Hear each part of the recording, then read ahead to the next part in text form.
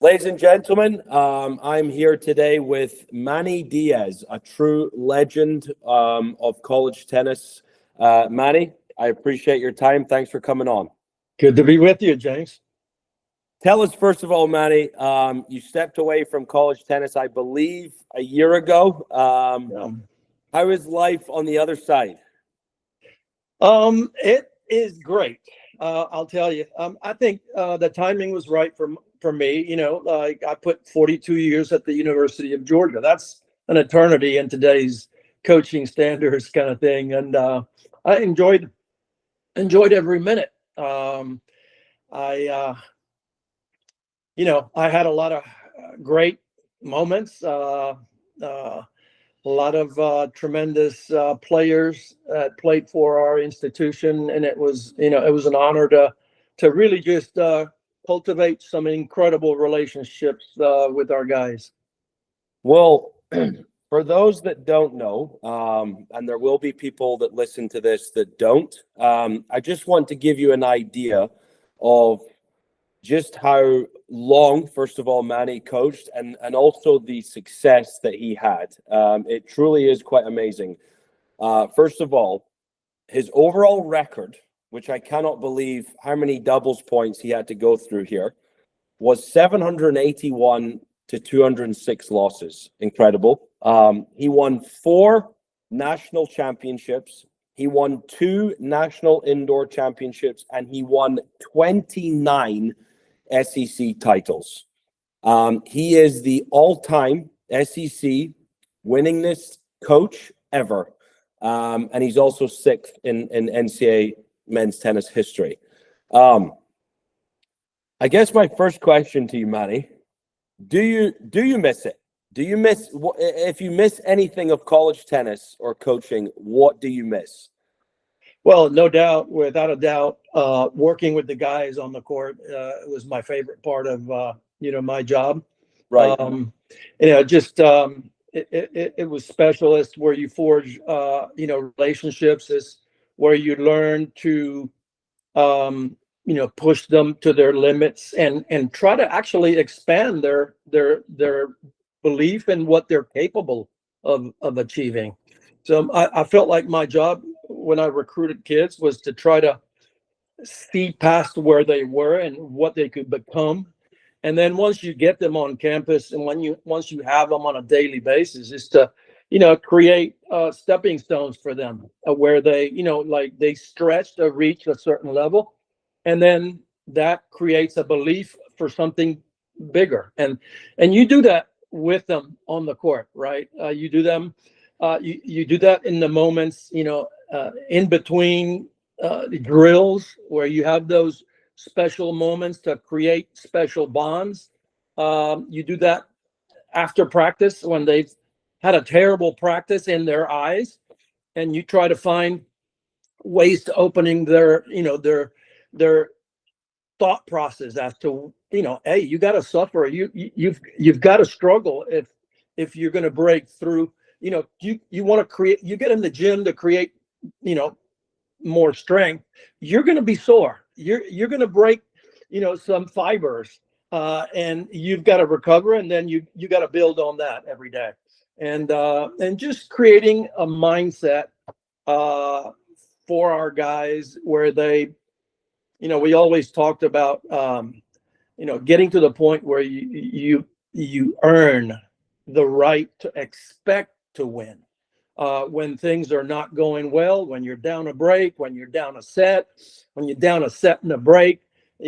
How to stay positive, and you're not going to win every match either way, right?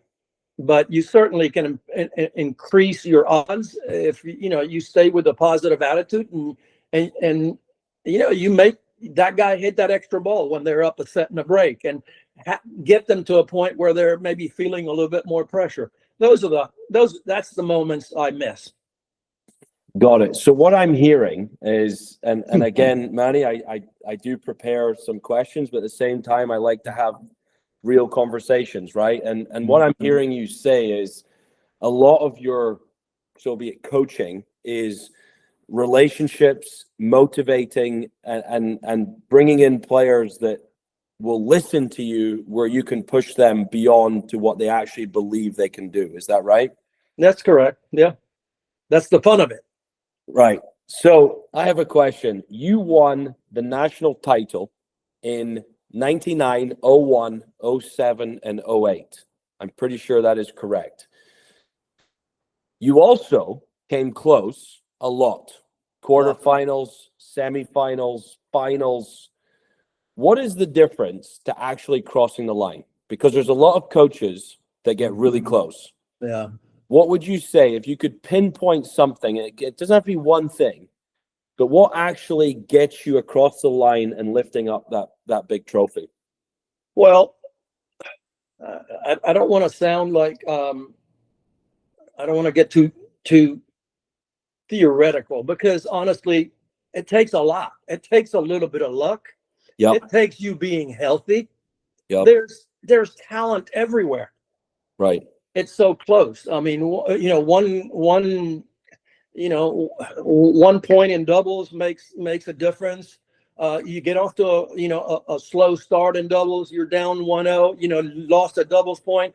That increases pressure. The other team increases their belief. It's just a whole lot of things that really come into play, right? But given the fact that if you go to that championship and you've gone through the season and you've created that level of expectancy and you're healthy, I'll be honest with you, James. We lost my first 5 finals. Wow. In the NCAA championships, in the NCAA tournament. Now, I'll be also honest. I don't think we had the best team on paper, and in many of those finals, 5 finals, we probably overachieved. Right. We played incredible. We had a great run, and in those first 5 finals, I learned a lot as a coach. I was a young coach. I got so sky high. I had my teams overachieving. I couldn't complain one bit about their effort and how they fought and their belief. And yet we came just a little bit short. But I saw those losses in the finals as incredible, monumental achievements. And I just knew that if we kept putting ourselves in that position, we'd get across the finish line.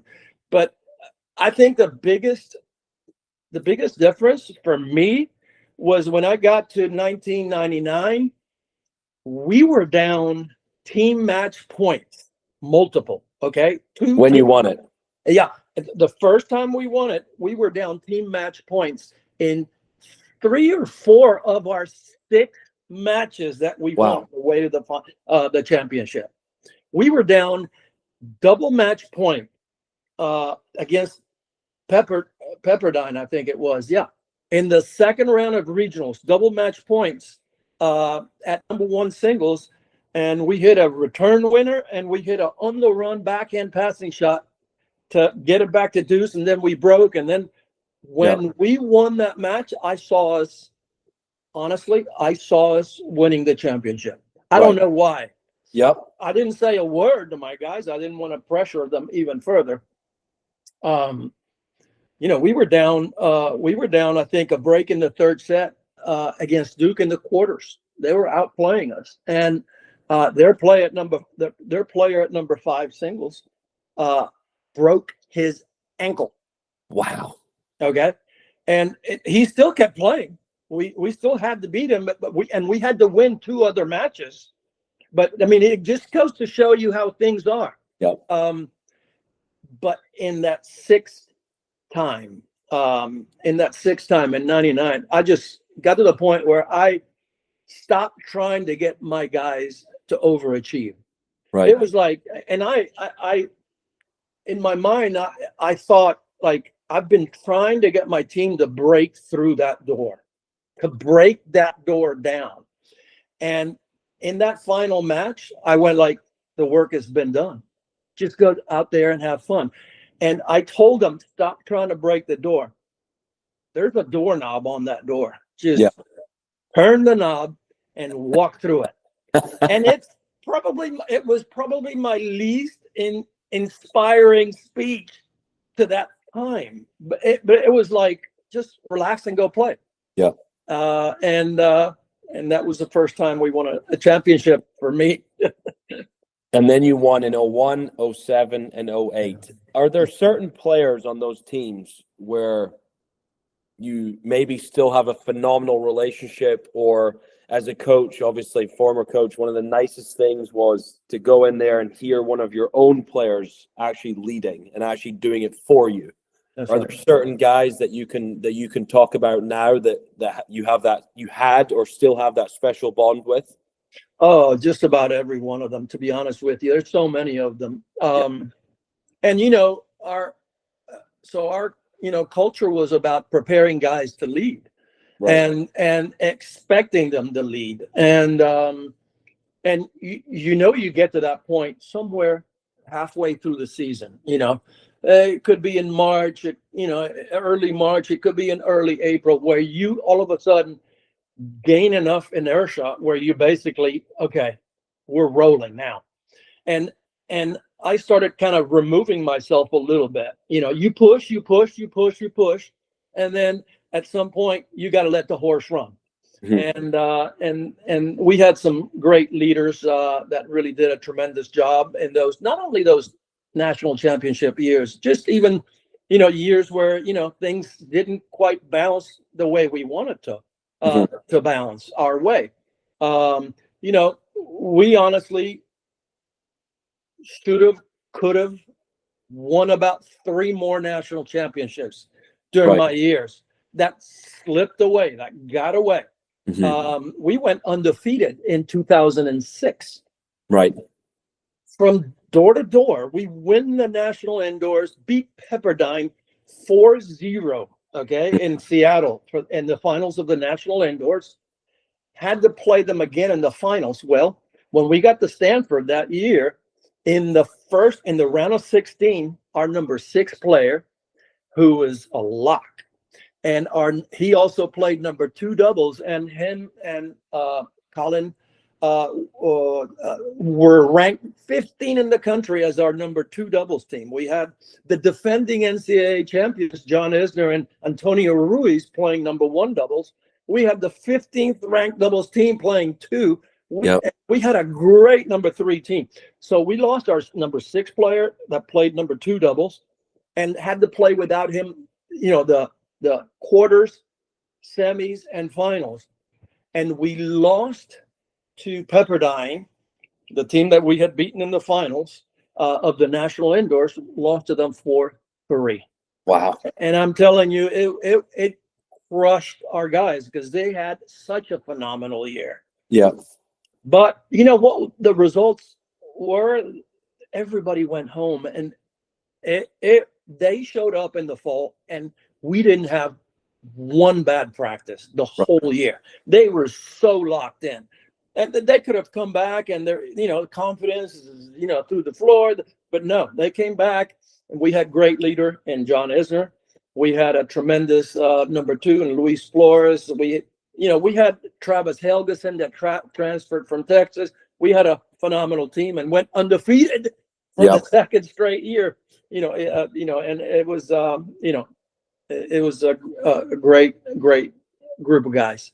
Well, for the people that listen to this, that are listening, these stories are just so good to hear. It honestly is. It's great to hear. I think Woody once told me a story when I was at Tennessee, when Tennessee played Georgia in the final in Athens. I think the story was Tennessee won the doubles point, and you guys went into your locker room, and Steve Johnson basically went in there, and I'll let you can finish the story, and basically said, "I'm getting my point. I'm going to get my point," or something Wait, Steve Johnson? Are you talking about somebody else? Steve Johnson didn't play. Stevie Johnson played for USC. Sorry, wrong guy. I'm having a headache here. Someone else. It was I remember. That was actually 2008. That was actually okay. Your story. Okay. Yeah, you finish it. We played Texas in the finals. We stunk it up. in doubles, stunk it up. And we go to the locker room, and I'm talking, and at the very end of my talk, one of our guys, and I'll be honest with you, I can't remember who it was. It may have been Luis Flores. Went like, "I've got my point." Really? And then somebody else went, "I got mine. I Yeah. ain't losing today." Yeah. Like, and all of a sudden, it was like, "Let's go." Yeah. I love it. And it was phenomenal. So back to you, Manny. Why did you know it was time? Why did you walk away after so many successful years? Well, I didn't know exactly when that was gonna be, but I kind of felt, yeah, how much longer am I gonna do this? I started thinking, Right. And I felt like I had a great assistant in Jamie Hunt. Yep. I felt like he had enough years under me to know exactly, and I kept delegating a little bit more every year. And I felt like he's got what it takes. Yeah. And to be honest with you, the most important thing is I got to the point where I started getting a little bit tired. Yep. Okay. I was 71 years old. Yep. Yep. And it wasn't that I was getting tired. It was that I started getting a little more annoyed or impatient with my players. And I recognized that as a sign. Right. And I didn't want to be this grouchy, like guy. I had been a positive influence in my guys. I had been a positive coach. I started feeling like I wanted my time before it was too late. I wanted my time to be my time. I had never had a hobby. Honestly, it was all my coaching, my players, and my family.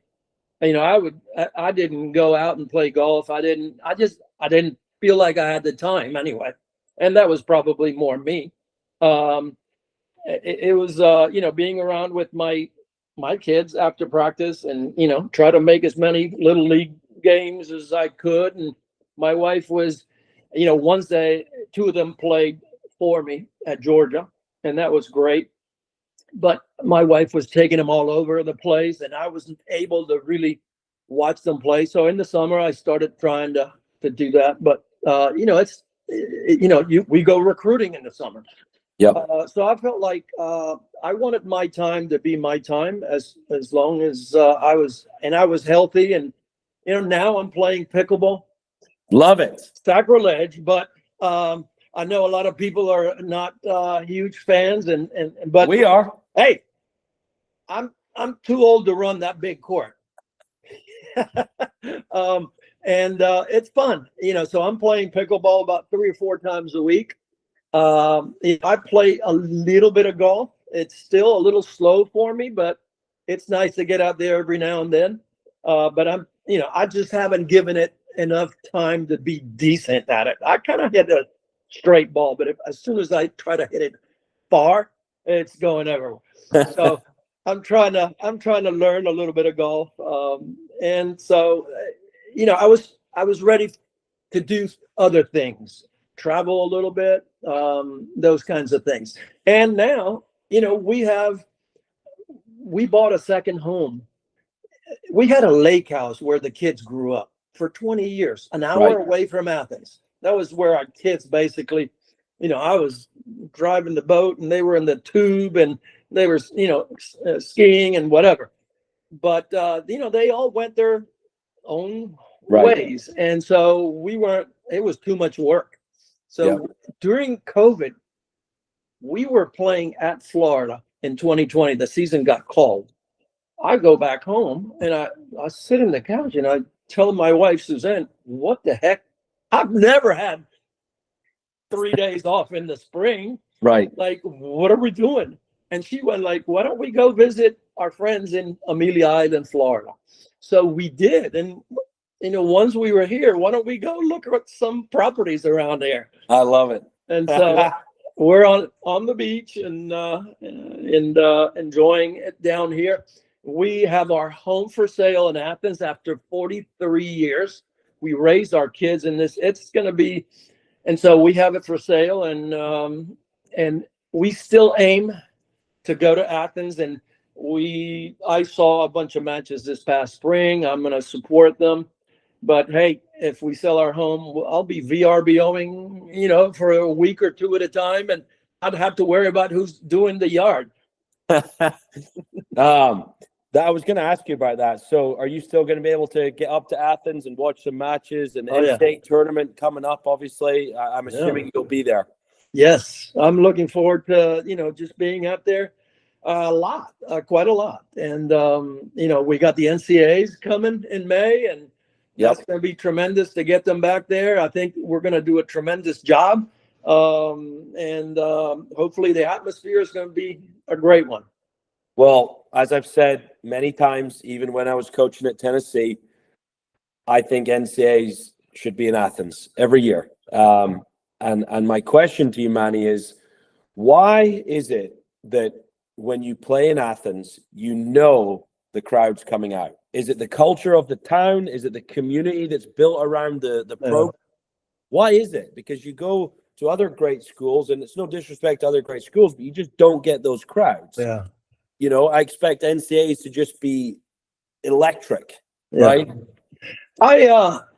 It's been something that has, tennis matches in Athens are a big deal, and it just continues to be fertilized when we have good kids.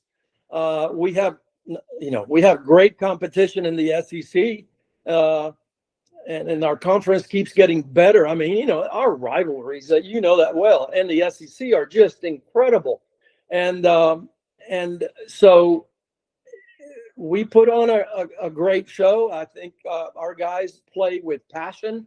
And, I've heard so many people through the years tell me, I didn't know anything about tennis, but my friend brought me here. It's right. It's an incredible event. I mean, you go from watching number 1 or 2 to watching number 4 and 5, and all of a sudden the doubles is so exciting, and all of a sudden we got a tiebreaker over there. It's a great spectator event that a lot of schools just haven't gotten the momentum with. And I think Coach McGill started it. When I was a player in 1971, we hosted our first NCAA. That was my freshman year. Right. And so I was over there from the beginning. We played Miami. We had like a 70-something match winning streak at home. And Miami had a phenomenal team. Eddie Dibbs was playing number 1. It was a juggernaut of a team. They were top 2 or 3 in the country. And they came to Athens, and we had the largest crowd ever to watch a tennis match. We had over 3,000 people. Wow. And we didn't even have the grandstand that we have right now. So Coach McGill's a great promoter. He began, and then, obviously, after he retired, he continued to take care of the Hall of Fame for a number of years. It just continued to grow. So I don't know exactly how we've continued to keep it going. But I think a lot of it is just how our guys compete, the passion that they show on the court. The competition is always a challenge. And, it's a great event for any kind of fan. What advice would you give to coaches out there that are trying to get more people out to their matches to create more of a home atmosphere? There were many things that I try to do. Like, I went to sorority houses to try to get them to come out, and I always took a couple of good-looking guys, our freshman, sophomore, and they would introduce themselves, and the girls, we got 1 or 2 sororities to host each and every match. So when you get sororities as a whole sponsoring a match, right? they tell a couple of fraternities each, right? So Right. all of a sudden you got all these young ladies coming out. Well, the young boys are coming out too, Yep. and it creates this atmosphere. And I think that's how we we kind of were able to continue to get them going. Yeah. One thing I remember again when coaching against Georgia was I always felt like in a big moment, your guys would play loose and they would swing and they would play free, right? And I always kind of said to myself, I wonder how Manny gets them and Jamie and gets them to do that. Yeah. What would be your advice there? How did you get players to play so loose in those big moments? Because we talked. I mean, I met with our guys most days before practice for about 10 minutes. And I would put stuff in their heads. We talk about discipline, we talk about focus, we talk about how when it comes, stuff is going to happen. And pressure is going to come to a boil. Okay. And in those moments, we want the match to be on our racket, win or lose. You got to love the battle. You got to love those moments. You got to embrace the hard. And it was something that was bred into them so that they would actually, I don't care, pass me. Like we're gonna play big on the big moments, and we're gonna come forward and we're gonna dictate play as best as we can, and we're gonna just build on that. And as long as you got guys embracing that moment instead of like waiting for things to happen, I think your odds go up. And I think that was part of our culture. That was something we talked about consistently. I mean, there's some tough love in practice. There's some days that guys show up and they stay till 2 o'clock in the morning, studying for a final or doing a paper, and you're struggling. And how you handle those moments in practice, we didn't allow a whole lot of like wiggle room as far as attitude, as far as like throwing rackets. I think you build this sense of expectancy by holding guys accountable and being demanding in that respect. And I think that you develop that that feeling that you deserve to win, in those moments. Well, for the people that are listening, what I'm hearing you say a lot is the importance of communication, the importance of relationships, and ultimately your players actually trusting you. The amount of work that you need to put into your players outside of the tennis court is arguably more than actually on the tennis court. That's right. So hearing you talk about these meetings and one-on-one and 10 minutes before every practice, like I think there's a lot of coaches out there that are going to learn from this, to be honest. Right. Talking about coaches, what advice would you give to coaches right now? Right? You've got assistant coaches that are at Power 5 schools. You've got head coaches at mid-majors. You've obviously had rule changes to where now there's no ad, and the pressure of college tennis is monumental, right? Well, when you're in it there's a lot of pressure, right? I think we can both agree that college tennis doesn't get the attention that it deserves with how good a product it actually is, right? What advice would you give to all the coaches out there? Very general question, sorry. Yeah, I don't know if there's one thing in specific. It's just obviously you have to invest. You can't expect your team to be passionate if you're not. You got to have that sense of expectancy. You got to set the bar for your teams, physically as well as mentally. Like we wanted to be the fittest team in the country. We wanted to be the hardest working team in the country, and we wanted to be the closest team in the country. Those were our three processes. All right. There you go. And those three things, if we achieve those three things by the end of the year or midpoint through the year, through the spring, I felt a synergy happen. And that's What were those three things again? Yeah, just be the hardest working team in the country, be the fittest team in the country, and be the closest team in the country. And that was our, pyramid. Those were our three legs that we really talked. And there are obviously other things that we talk about as well, but those were the three things we wanted to be. I love it. And it worked. Yeah. Obviously, as well, Manny, you've been a huge fan of UTR. Yes, sir. I don't know if you can explain to people. Obviously, now I've stepped away from the coaching world. I'm now with UTR. Big thanks to the people that I'm working with. They know who they are. But why? Why have you always been a fan of the company? I think it's a tremendous job that you guys are doing, just creating opportunities for kids to really get the matches that they need and be in a position where you're playing, competition that is, on your own level that can really, start building your confidence, whatever that level is. And not only that, but it's, you get to play players above you, right? And you get to feel the pressure when you're playing players that are slightly below you.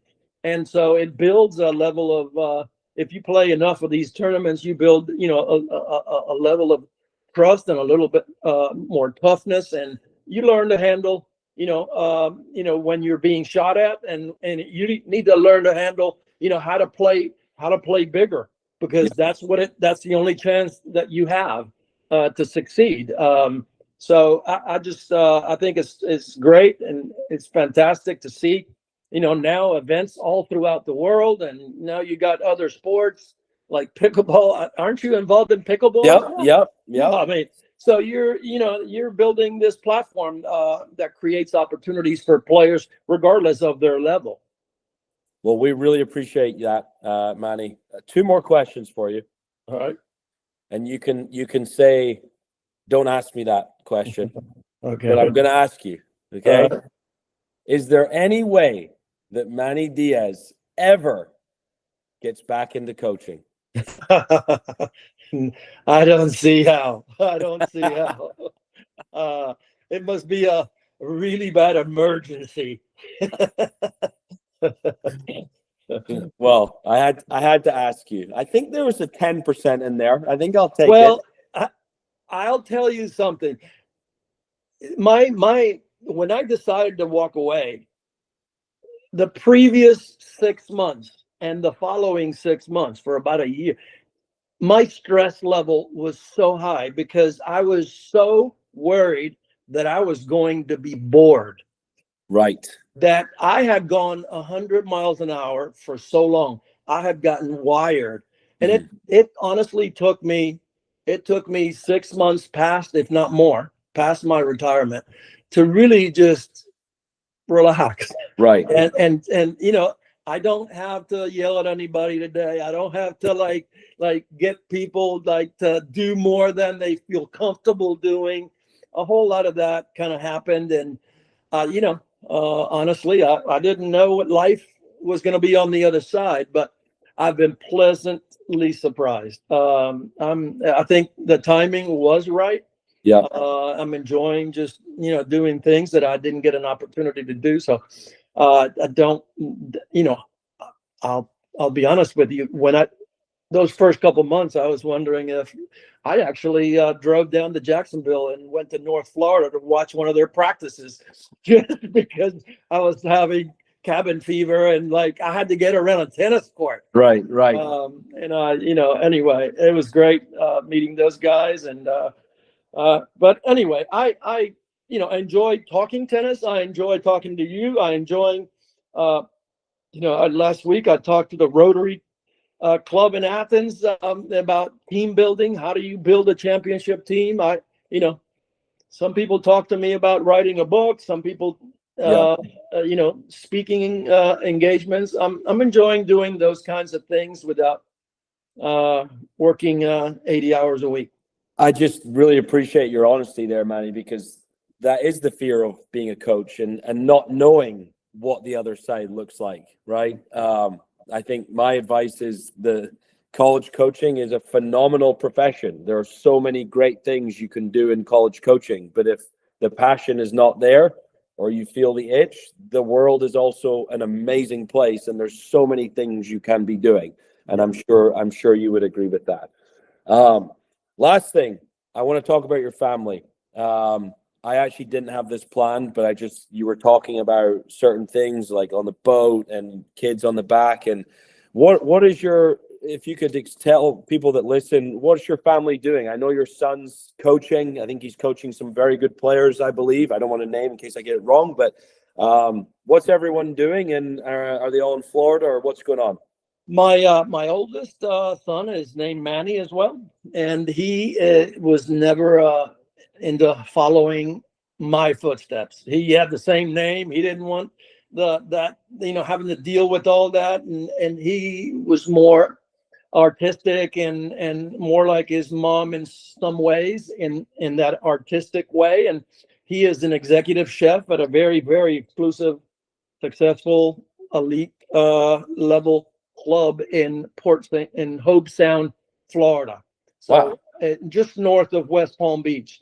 He's given us two incredible grandbabies, one 3 and one's 1, and they're down there. Yeah, Hobe Sound, Port St. Lucie area.